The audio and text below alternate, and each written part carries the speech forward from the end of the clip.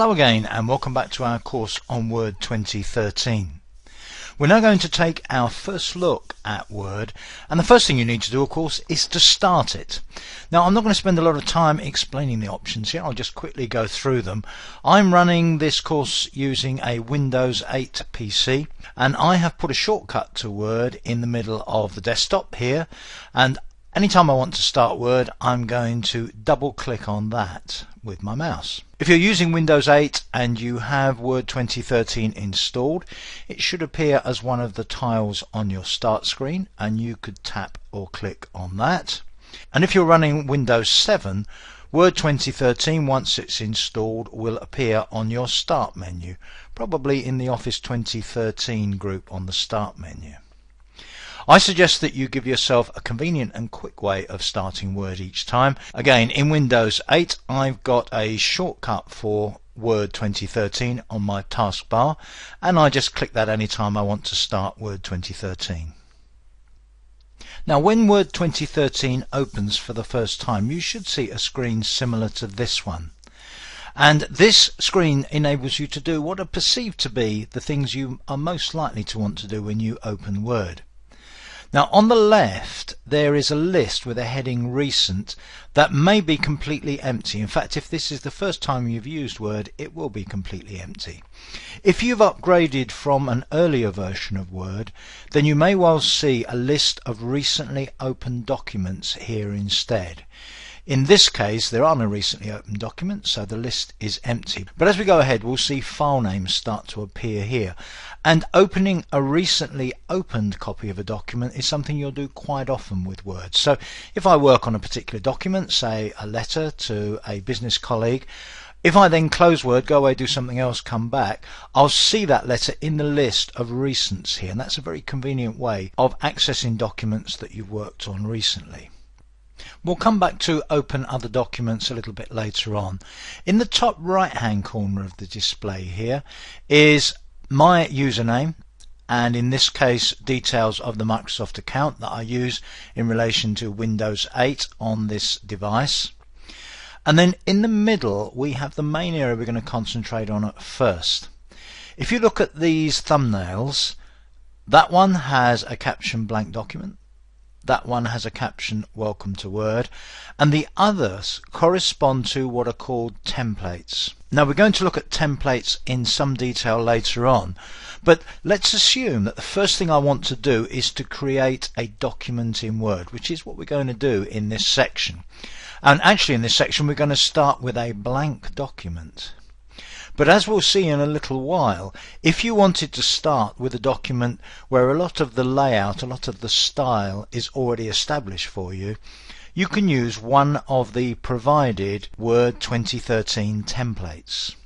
Now, if you look at these thumbnails, you'll see that there's quite a reasonable list of these templates here. There are quite a few. There's some Christmas related ones there, various ones celebrating different events and so on. But in fact there are many more than this, and the section at the top enables us to search for online templates. So for instance, if I wanted a template to use for a fax, I could type fax in here and then do a search online for a fax related template. But more of that later. Let's concentrate here on blank document. So click on blank document. What Word does is to create a blank document. So what we have here is the Word 2013 workspace, and the main feature of the workspace in many ways is the document itself. Now, the document we're working on, remember we asked for a blank document, is indeed a blank document. And within the blank document there is a flashing cursor just here, a vertical line. And the flashing cursor indicates where text would go if I started typing. So I'm just going to type on my keyboard, Hello World. And that now becomes the content of my document. Think of this area as a big white sheet of paper. We've just typed Hello World onto that big white sheet of paper. Now I appreciate that those of you who are using touch devices may be using an on-screen keyboard here. I'm going to come back to that later on, but basically when you've opened and started this first document, whichever method you're using, just put some text in there and you have now started work on your first Word document. Now the document already has a name. Every document in Word will have a name, and by default when you open a new document it's called document 1, and the name you can see at the top on what's called the title bar up here. So it says document 1 Word, and if I wanted to give that a more meaningful name I can do that in a moment. I'll come back to that in just a moment. Now basically what's going to happen is that when you work on a document you're going to put words, text, tables, you may be reviewing somebody else's document, you may be putting all sorts of multimedia elements into this document, but when you've finished working on it you will normally want to save a document, and you'll normally want to save it with a name that suits you or a name that you've been told to give it, and you'll need to save it somewhere that you can find it. So the next thing we're going to do is to take this first document and just save it. Now many aspects of saving I'm going to explain in more detail a little bit later on, but let's just do a straightforward save at the moment. To save a document we go into something called Backstage View.